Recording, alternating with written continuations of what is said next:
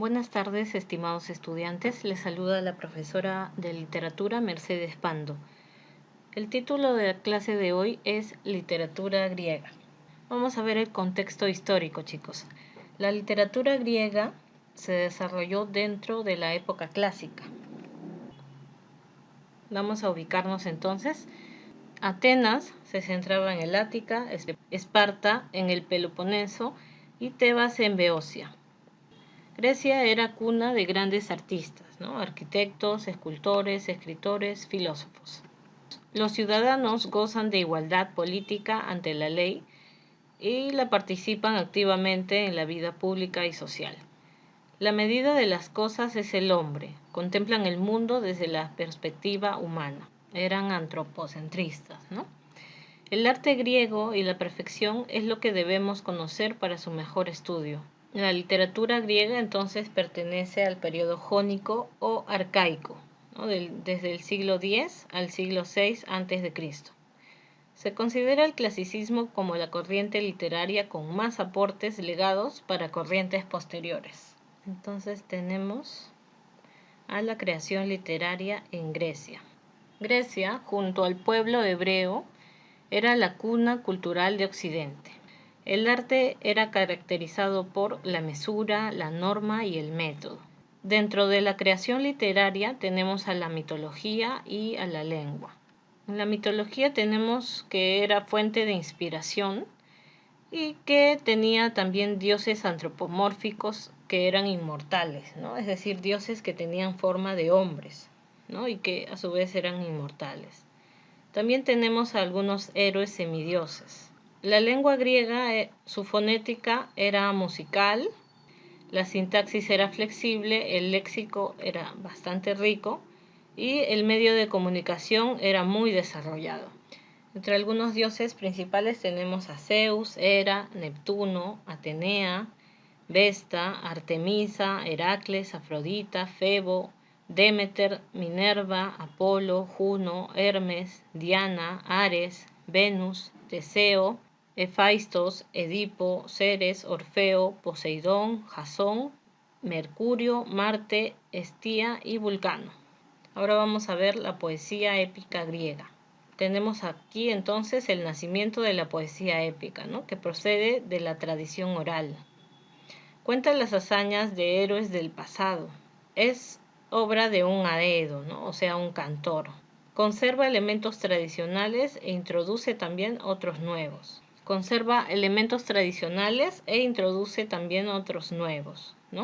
Crea su obra, conoce las leyendas de su pueblo y emplea un surtido de fórmulas fijas. ¿Cuáles eran sus características, chicos? Tocaban temas mitológicos, la lengua era arcaica y artificial y también tenían el empleo de fórmulas épicas. Hacían uso de un solo tipo de verso, el hexámetro. Recuerden eso, chicos.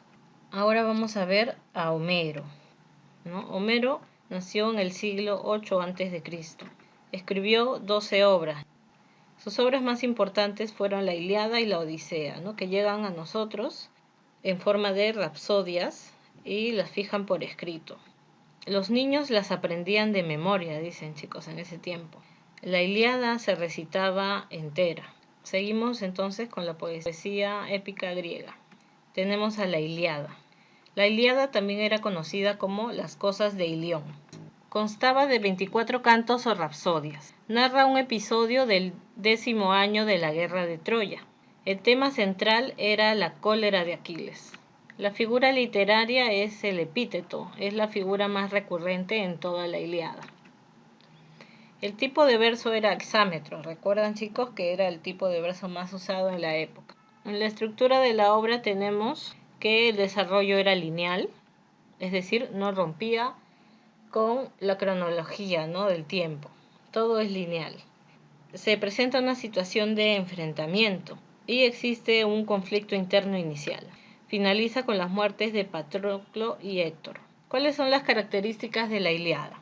La cólera de Aquiles es el tema central, que contiene digresiones también, es decir, otras acciones, La acción busca la atención del lector. El espacio y tiempo son imprecisos. La tensión narrativa es tensión y distensión. La descripción es activa. Quiere decir que todo el tiempo nos están describiendo los escenarios y los hechos. Hacen el empleo del epíteto épico y de comparaciones, ¿no? Como les había mencionado. Ahora vamos a ver un pequeño resumen de la Ilíada, chicos. Sí, pongan atención, por favor. Antes de pasar al video, vamos a hablar sobre los antecedentes de la Ilíada, ¿sí? Se encontraban en el Olimpo la diosa Tetis y el mortal Peleo para celebrar su matrimonio. Los dioses fueron invitados menos la diosa Eris, diosa de la discordia, y molesta por no tomarla en cuenta, arrojó una manzana de oro con una inscripción: para la más bella. Es por eso que 3 diosas luchan por la manzana: Afrodita, Hera y Atenea. Y Zeus al final determina que se dirijan a la tierra y que un mortal decida cuál es la más bella. El triunfo lo obtiene Afrodita y en gratitud le ofrece al mortal la mujer más bella del mundo, Helena. Mencionar entonces que el clasicismo le da mucha importancia a la forma, es decir, a la palabra, y adquiere un gran interés por el fondo, o sea, la idea, buscando así un equilibrio entre ambos. Ahora sí vamos a ver el video, chicos, atentos.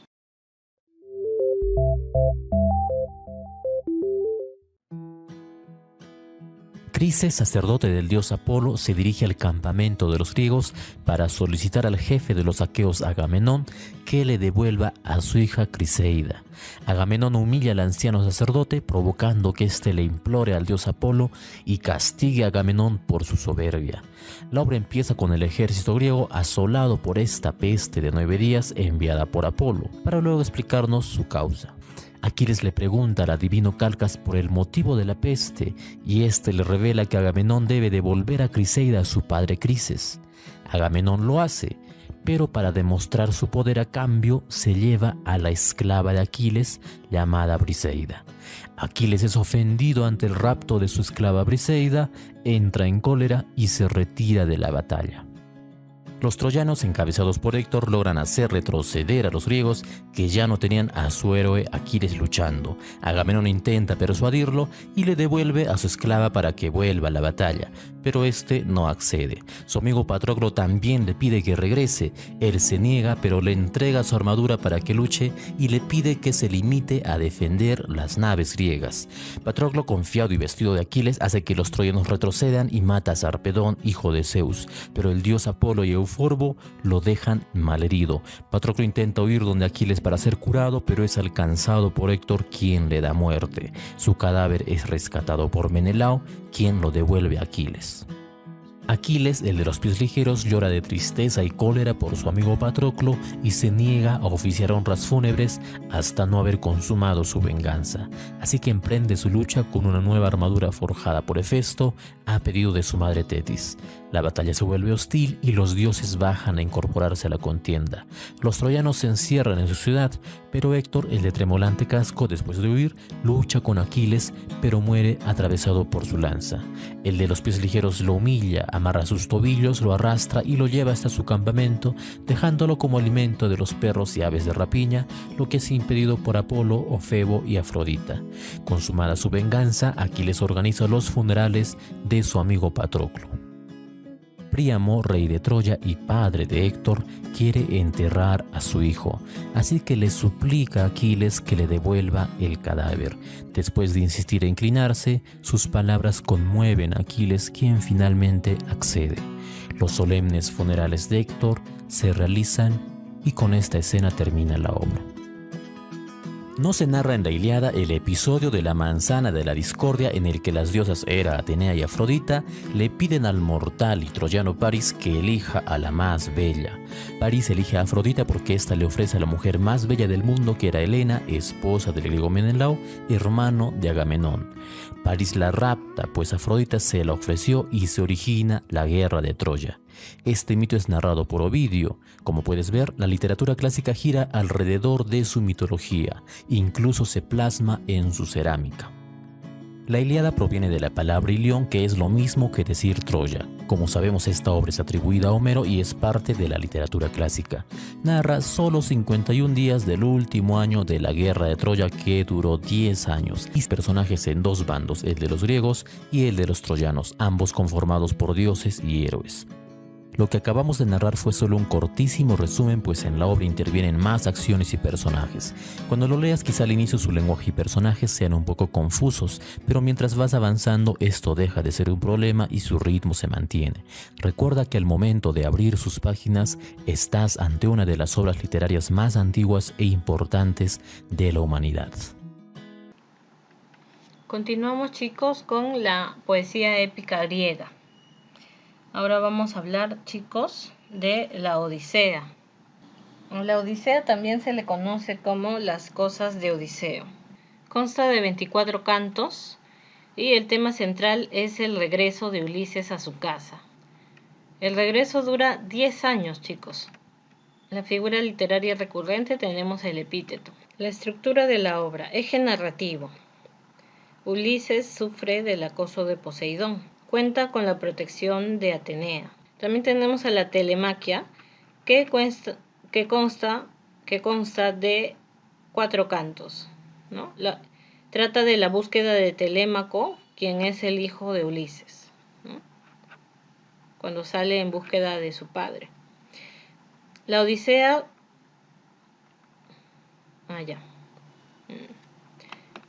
Dentro de la Odisea tenemos la telemaquia, que son los cantos del primero al cuarto, ¿no? Que trata de la búsqueda de Telémaco, que es el hijo de Ulises. Y tenemos la otra parte, que es la Odisea, que consta de los cantos del quinto al 12º canto, ¿no? Que habla de las aventuras marinas de Ulises. Muy bien, chicos, a continuación vamos a ver un video del resumen de la Odisea. ¿Sí? Les pido que presten atención. Antes de ver el video, recordamos, ¿no?, que el arte griego está inspirado en la claridad, la sencillez y la proporción. En la Ilíada se destaca el valor del heroísmo de Héctor y el aspecto errado de la soberbia de Aquiles. Bien, chicos, ahora vamos a ver entonces un video de la Odisea. Atentos, por favor.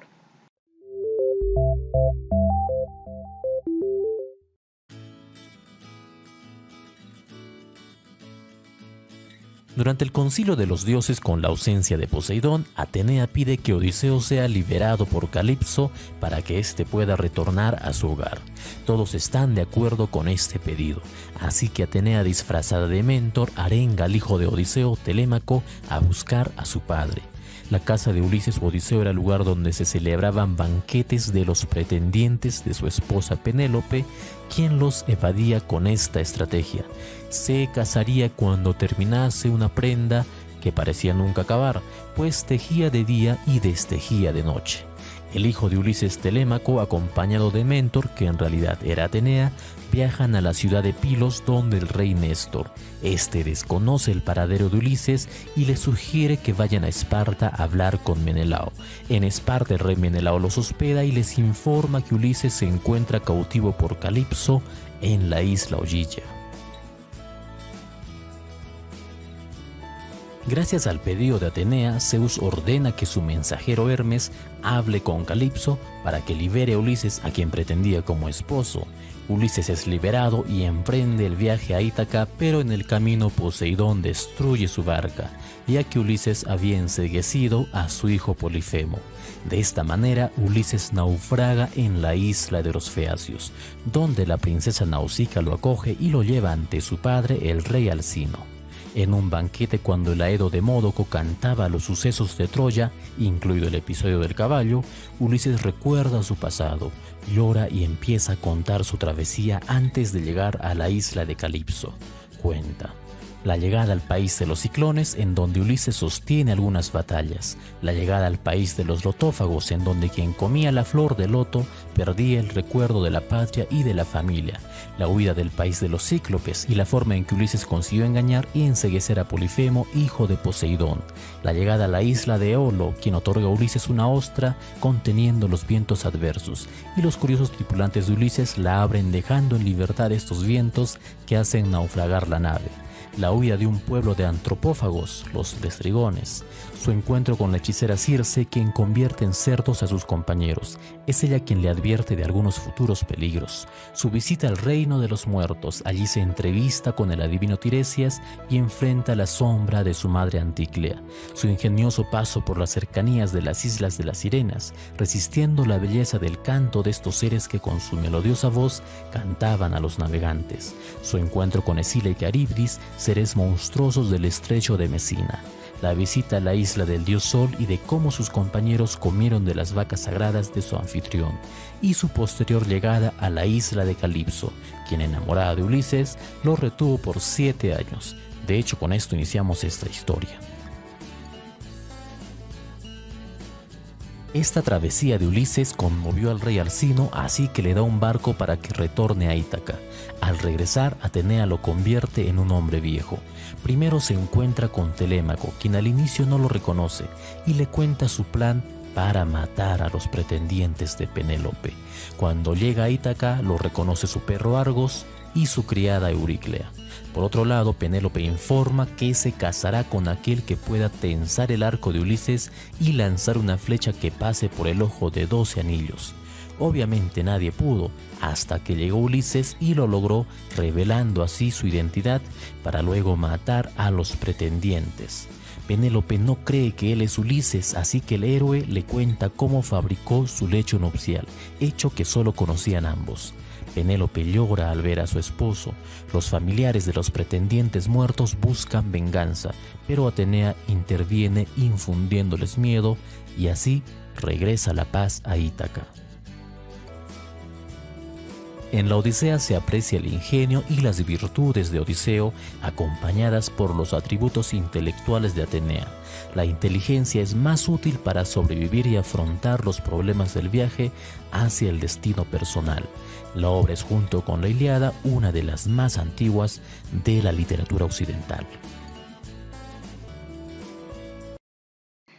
Vamos a ver entonces en la parte final, lo más resaltante de esta epopeya es el mérito a la astucia e ingenio de Odiseo. Es Atenea quien protege la inteligencia del héroe. Se plantea que el héroe triunfa en una edad en que la inteligencia superior es más útil que la fuerza para sobrevivir. Se nos muestra que la vida es un viaje difícil cuyos peligros es necesario afrontar para realizar el destino personal. Ahora pasamos al libro, chicos. Vamos a ver entonces, en la página 1 nos hablan acerca del clasicismo y de la Ilíada, ¿no? También un poco de Homero. En la página 2 también vemos un resumen de la Ilíada. También vamos a ver algunas notas que nos hablan acerca del clasicismo y de la literatura griega, ¿sí? Vamos a leer. Dice, el arte griego está inspirado en la claridad, la sencillez y la proporción. En la Ilíada se destaca el valor del heroísmo de Héctor y el aspecto errado de la soberbia de Aquiles. Ubica a los autores en el periodo jónico por medio de una obra principal. También dice, el clasicismo tenía una concepción poética del mundo en que el estilo era ordenado y mesurado. Era necesario conocer el inicio y el final de la Odisea para después ubicar en la historia.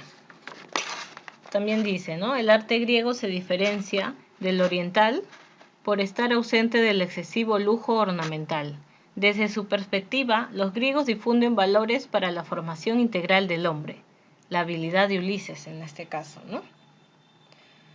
Muy bien, chicos, entonces pasamos a las preguntas. Retroalimentación. ¿Qué es entonces el clasicismo, chicos? ¿Qué nos puede decir? A ver. El clasicismo entonces es un arte griego que busca la perfección, ¿no? Busca la perfección de las cosas. Vamos a poner eso. Se considera una corriente literaria que más aportes ha dejado para las corrientes posteriores. También podemos poner eso. Bien, la pregunta 2 dice, ¿qué es la edad heroica? La edad heroica se le llama a la época homérica, ¿no? Donde los poemas atribuidos a Homero nos dejan una visión de la historia griega. Es un legado histórico, entonces, lo que nos ha dejado. Es por eso que se llama la edad heroica. Número 3. ¿Qué es la cuestión homérica? ¿Saben, chicos, qué es la cuestión homérica? La cuestión homérica se le llama al debate sobre la existencia del poeta griego, ¿no? O sea, de Homero.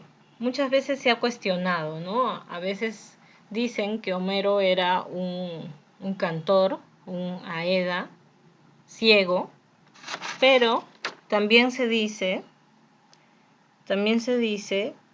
que Homero era un instituto, ¿no? Era una academia, llamaban academias en esa época, a un lugar donde había gente que estudiaba mucho la literatura, ¿no? O cualquier arte o cualquier ciencia, ¿no? Entonces piensan algunos que Homero no es una sola persona, sino un grupo de personas, ¿no? A eso se le llama la cuestión homérica, ¿no? Al debate sobre la existencia del poeta griego en torno a la verdadera identidad, ¿no? de él. Número 4. ¿Qué es una epopeya? Una epopeya, chicos, es un relato épico narrativo que puede estar escrito en prosa o en verso largo, que tiene acciones trascendentales dignas de la memoria para un pueblo, ¿no? En este caso para el pueblo griego. Seguimos entonces, chicos. En la página 4 dice, trabajando en clase. Encuentra en la sopa de letras el nombre de 6 personajes de la Ilíada y escríbelas en las líneas en blanco. Dice, encuentra en la sopa de letras el nombre de 6 personajes de la Ilíada y escríbelas en las líneas en blanco. Yo ya encontré un personaje, encontré a Menelao, ¿no? Ahora ustedes encuentren los 5 personajes que faltan. Pasamos a la siguiente página, chicos. La página 5, como les indiqué aquí en el video, va a quedar de tarea. ¿Sí? Les voy a ayudar con la pregunta 1. Dice, en la Ilíada de Homero, ¿por qué volvió Aquiles a tomar las armas contra los troyanos? Esta es una pregunta del examen de admisión de la Universidad San Marcos del año 2003. A ver, las alternativas son, porque se le ordenaron los dioses, por la muerte de Patroclo, C, porque Agamenón le devolvió a Briseida, D, por temor a que los griegos fueran derrotados, o E, porque se habían curado sus heridas. La respuesta, chicos, es la B, por la muerte de Patroclo, ¿no? Porque en el resumen nos dice, ¿no? A pesar de que Agamenón le devolvió a su esclava Briseida, igual él no quería luchar, ¿no? Pero sí le afecta bastante la muerte de Patroclo y es por eso que él decide volver a luchar para vengarse, ¿no? De los que mataron a Patroclo. Muy bien, chicos, la pregunta de la 2 hasta la 10 les queda a ustedes de tarea, ¿sí? Eso sería todo por la clase de hoy. Que tengan muy buen día. Hasta luego. No olviden de si tienen alguna consulta, alguna duda, alguna pregunta, me pueden escribir. Que tengan buen día. Hasta luego.